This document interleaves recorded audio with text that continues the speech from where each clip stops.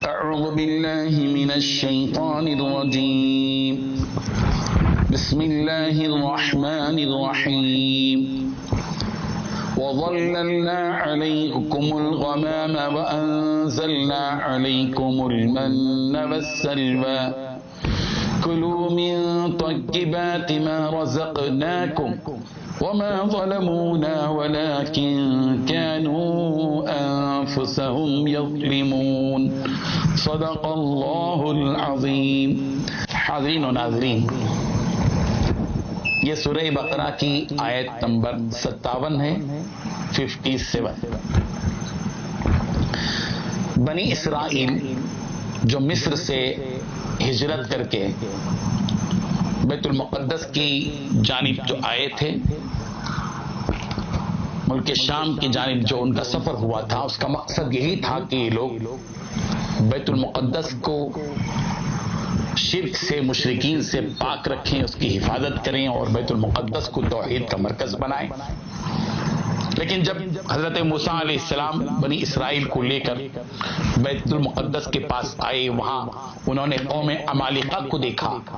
تو بدل گئے۔ ان کے ڈیل ڈول کو جب دیکھا تو بدل گئے، کہا کہ نہیں، اب ان کے ساتھ ہمارا مقابلہ نہیں ہو سکتا۔ تو حضرت موسیٰ علیہ السلام کی بات ماننے کے بجائے انہوں نے انکار کیا اور صحرائی علاقوں میں در بدر بھٹکتے رہے، ادھر سے ادھر۔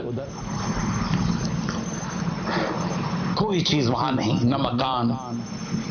نہ درخت، نہ سایہ، نہ پانی، نہ کھانا۔ عجیب کرب میں مبتلا یہ قوم تھی۔ اللہ تعالیٰ کو اس قوم کے پر رحم آیا، اور بنی اسرائیل پر اللہ تعالیٰ کا کتنا بڑا احسان ہوا کہ ایک طرف اللہ تبارک و تعالیٰ نے اس قوم کے لیے، جو قوم میدان تیہ میں موجود تھی، پڑی ہوئی تھی، ان کے لیے اللہ تبارک و تعالیٰ نے ایک ہلکا سا بادل ان کے اوپر ڈال دیا تھا تاکہ یہ دھوپ کی تپش سے ان کو تکلیف نہ ہو، آرام کے ساتھ، سکھ کے ساتھ رہ سکے۔ ان کے اوپر ہمیشہ ایک سایہ فگن رہتا تھا، ایک بادل۔ اور پھر کھانے پینے کا مسئلہ تھا، اللہ تبارک و تعالیٰ نے ان کے لیے پینے کا مسئلہ تو پتھر پر جو ماری، اس کے بعد آئے گا اس کا تذکرہ، جو حضرت موسیٰ علیہ السلام نے اپنا عصا چٹان پر مارا اور پھر اس سے 12 چشمے پھوٹ پڑے، وہ بھی ایک اللہ تعالیٰ کی نعمت آئے گی، اس کی تفصیلات۔ حضرت موسیٰ علیہ السلام کی اس قوم کے اوپر ایک طرف تو سائے کا تحفہ تھا، گویا اس قوم کے لیے نعمت تھی اللہ تعالیٰ کی، تو دوسری طرف اللہ تبارک و تعالیٰ نے اس بنی اسرائیل پر، جن کے لیے کھانے کا کے کوئی اسباب نہیں تھے، من اور سلوہ اتارا۔ من یہ کیا چیز تھی؟ ایک دانے دار چیز، شبنمی سی ایک چیز تھی، یا دھنیا ٹائپ کی کوئی چیز تھی، جو شہد کا مزہ اس کے اندر موجود تھا، وہ روزانہ ان کے اوپر اترتا تھا۔ اور دوسری چیز سلوہ، بٹیر قسم کا ایک پرندہ ہوتا تھا، وہ ان کے اوپر اترتے تھے اور اس کا گوشت وہ لوگ استعمال کرتے تھے۔ اللہ تبارک و تعالیٰ نے اس بنی اسرائیل کے اس واقعے کو، ان پر کیے گئے ان احسانات کو یوں تذکرہ کیا، یوں ذکر فرمایا کہ وَظَلَّلْنَا عَلَيْكُمُ الْغَمَامَ، اے بنی اسرائیل، ہم نے تمہارے اوپر بادلوں کو سایہ فگن کر دیا، تمہارے پر سایہ کر دیا بادلوں کا۔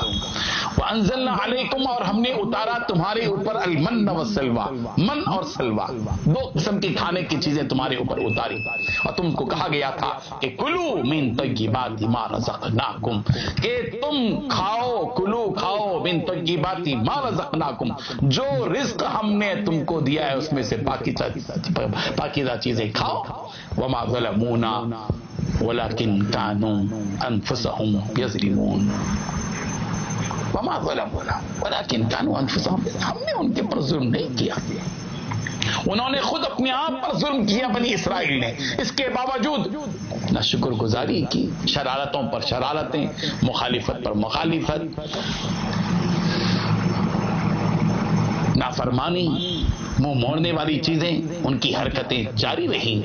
اللہ تبارک و تعالیٰ ان آیات کے ذریعے امت محمدیہ کو بھی اس حقیقت سے آگاہ کرنا چاہتے ہیں کہ جو اللہ تبارک و تعالیٰ ہم پر احسان کریں، ہم پر انعامات کی بارش برسائیں،